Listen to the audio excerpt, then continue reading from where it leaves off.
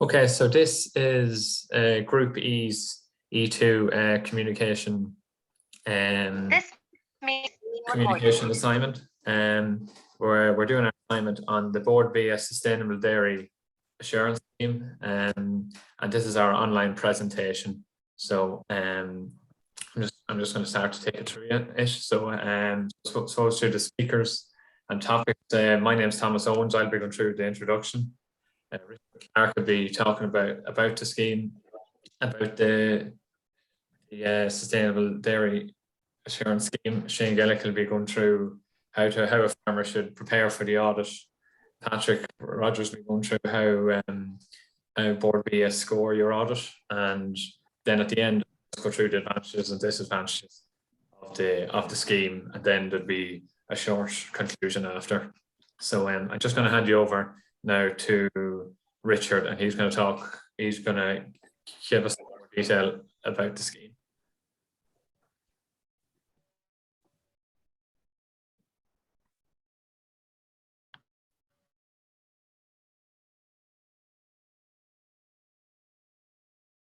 Okay, can you hear me okay? Yeah. Go on ahead, Richard, yeah. We lost it, I think.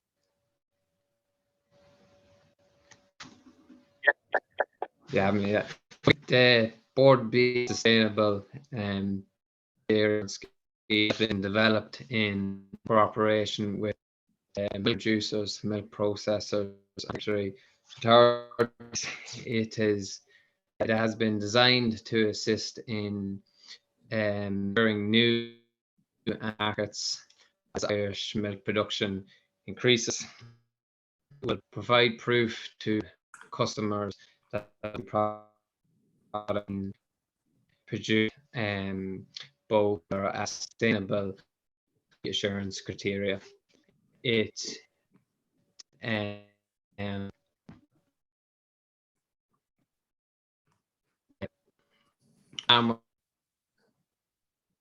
partaking in this his milk production process will be assessed to make sure it meets Board's highest standards.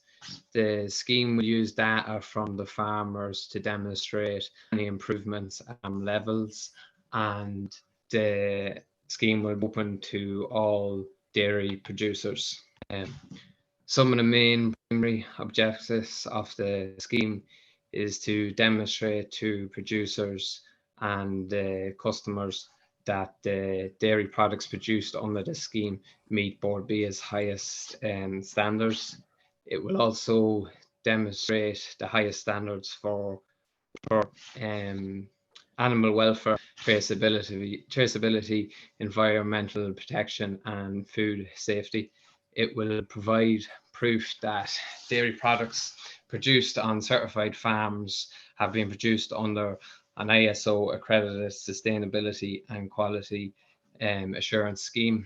The scheme will also provide a uniform mechanism for recording and the monitoring of data, and it will set out criteria for the best practice for Irish agriculture. That's me, Thomas. Thanks, Richard.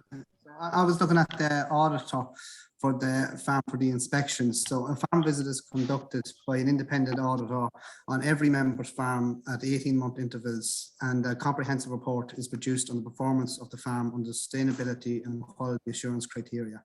During the farm visit, the auditor will collect additional information about the farming enterprise that will enable the milk processors to substantiate claims with regard to carbon footprint, water use, etc. And this information will be used by Board B to assess the sustainability performance of the farm. So the following then is the audits, or what is detailed then throughout when the inspector comes to the farm. The first thing they're generally looking for is the herd register and animal remedies and feed records. So the retention of good records is vital for the certification under the scheme, and it's an important means of demonstrating your ongoing compliance. So each participant must have a valid herd number and a current valid herd register. Records of all bovine births and deaths have to be retained, and cattle on the farm must be tagged in 2 years by 20 days of age. Then going on to animal health, welfare and biosecurity. the health of the animals is crucial to food safety and productivity on the farm. All bovine animals must be presented for testing in accordance with the Department Disease Eradication and Control requirements. Then as we go on to the safe storage of medicines, pesticides and chemicals, there should be a separate store for pesticides and chemicals, and all stores should be lockable. As we go on then, the assessment of the dairy and milking premises and yards and animal housing. So the quality of the housing provided has a significant impact on the animal's health and performance. It's important animals have adequate space allowances in lying areas, roadways, and for feeding and drinking. It's also important that animals have sufficient lighting and ventilation for the animal to be healthy. Then as we go on, then it's the animal feed ingredients, the source of supply and storage. So farmers will be aware that the health of the animals is crucial to food safety and productivity on the farm. They have a close relationship with their vet and will be conscientious of the need to try to prevent animal health and welfare problems. All bovine animals must be presented for testing in accordance with the DAFM disease eradication and control requirements. So land management, environmental care and carbon footprint. So the farmers will need to manage the land available to their farming enterprise to optimize production from the land while maintaining the environment. They will also need to comply with nitrates directives and regulations surrounding waterways. Quality and the conservation of water. At farm level, sustainability involves minimizing the amount of resources. So this comes under water used to produce kg of milk solids. So develop ways of reducing leaks and minimizing the use of water. Try using rainwater for washing drinkers and cows to conserve water. And then as we go on to the prudent use of power and energy, the Irish dairy farms is a wide variation of both the energy consumed per litre of milk produced and then the cost per litre. It's detailing examination of 21 farms. Electricity consumption per litre range from 0.23 to 0.76 cents per litre produced. So by reducing your energy, you can save more money that way and install LED lighting instead of fluorescent tubes and use renewable energy sources.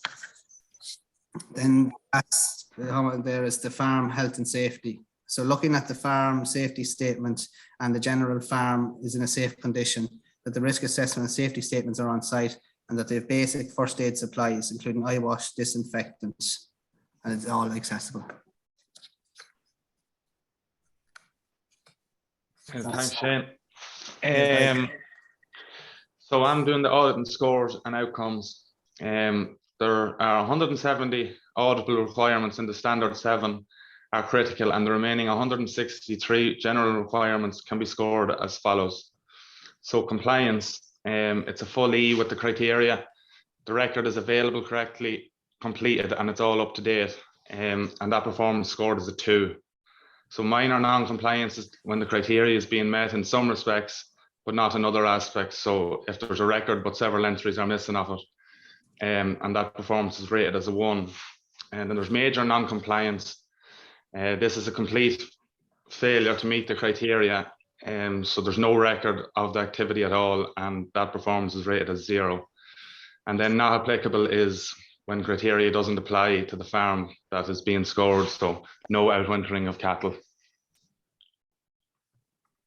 Eligibility. For a farm to be eligible for certification, it must have a full compliance for the critical criteria and obtain a score of 60% or greater in the general criteria. Possible outcomes. So no critical non-compliance and 100% score in general requirements.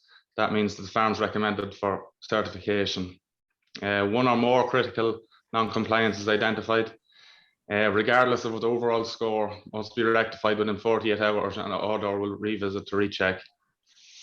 Score of over 60%, but some major non-compliances. So all major non-compliances must be addressed by submitting evidence onto the board via quality assurance database. A maximum period of 1 month will be allowed for closeout for the major non-compliances. The auditor will then check this on the database, and if acceptable, will recommend for certification. A re-audit will not be necessary. Then score over 60%, with some minor non-compliances only. Producer gives an undertaking at the end of the audit to have the minor non-compliances addressed prior to the next audit, and the farm is recommended for certification. And then if you have a score of less than 60% with major or minor non-compliances, the producer must close out at the major non-compliances. The producer must also close out the sufficient of the minor non-compliances to achieve a minimum score of 60%. A maximum period of 2 months will be allowed for closeout, and then a re-audit will be required to recheck if the required data was stored. Thanks, Paddy. So I'm just going to go through the advantages and disadvantages of the Sustainable Dairy Assurance Scheme. The first one there is the farmer is notified if there's when it takes place, so there's no more where previously farmers would have been, an auditor would just come to the gate out of nowhere and you wouldn't just be prepared for the audit. And while your farm would be at a good standard anyway, it wouldn't just be at Board B's audit mark if they were to land on top of you on the day. So at least you have time to prepare for the audit when the auditor does arrive. And then the second one, you get to upskill in many things from the audit, such as health and safety on the farm, which is becoming more and more important as years go by, as all machines are getting bigger and more technical. The Farmers Mix Suppliers Member Relations Department within the creamery, where the farmer is supplying, a lot of them, a lot of Member Relations Department help out farmers a lot when it comes to the audit. When anybody else has an audit, there's very few people there to help you to get through it. So it's great to have, especially for my own farm at home, the Lakeland Dairies Member Relations always through the audit in preparation for the audit, and it's proof to the EU as well that Irish farmers are doing their bit for environment. I know they're coming under fire lately through emissions and that, but it is a good bit of proof that Irish farmers are trying to do their bit.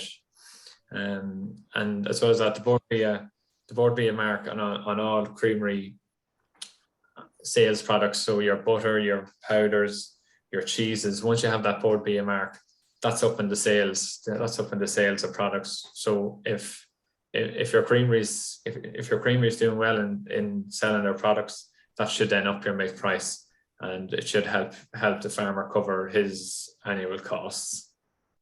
Let's go through the disadvantages. Some farmers, with the introduction of this scheme, some farmers might become overwhelmed with all the information that's involved, especially older farmers who haven't been upskilled in a long time. Maybe they're 5-6 years away from retirement, and then this is just hitting them, So there's a lot of detail in it, but it probably would take a year or two to get fully used to it. But that's where your Member Relations Department come into play to help farmers like this get through it. And it's more workload as well on the farmer. So if you're up on a Saturday morning and you're dosing cattle and it's a wet, cold day, and right, you have the cows dosed, you have them out, you have them out in the field, you have one more job to do. You have to go in and fill in the Board B book on the dosage. You give them their tag number, the vet, all information that is needed for the book. And then, as well as that, if you don't comply with the Board B, if you don't jump into the scheme along with all the other farmers, you're going to incur heavy penalties for non-compliance. I know from my own creamery, farmers that refused to join the scheme were deducted 3 cents per litre after about a year. So when they had a chance to join the scheme for a year, after that there was a 3 cent deduction on their milk supply.